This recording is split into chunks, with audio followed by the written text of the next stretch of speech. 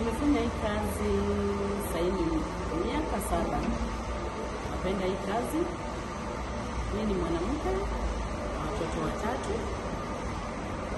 Hii kazi nimekuwa ikinisaidia kujidumu kimaisha. Naipenda sana. Na kwa hii kazi wengi wetu ni wanaume. Basi nimefurahia sana kufanya kazi na hao wanaume.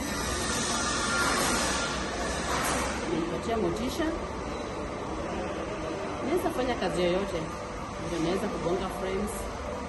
Naweza saidia hata kwa mashine. Hakuna kazi yenye sijui hapa ndani. Nasaidia kwa wax, kutoa wax. Tuko na kila section. Nafurahia sana kwa bosi wangu kwa kunipatia hii opportunity nifanye na hao wanaume. Kwa wadada wenye wako huko nje, usiogope. Kazi saizi ni kazi. Bora upate vile unaweza kujimu kimaisha. Fanya hiyo kazi. Mimi naifurahia sana.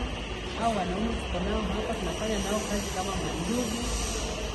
Unanifundisha nini? Sasa hii kazi ni gani yenye ninapenda sana ni hiyo kwa kuweka wax.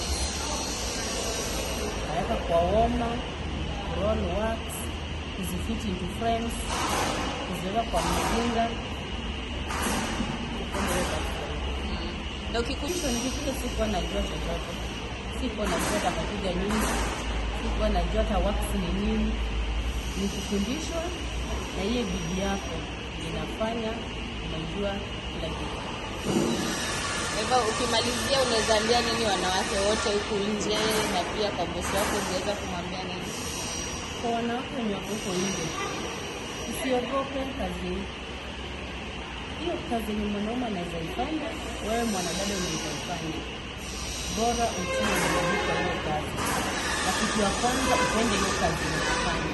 Ukishapenda hiyo kazi unafanya, kila kitu itafuatia na utaijua zaidi.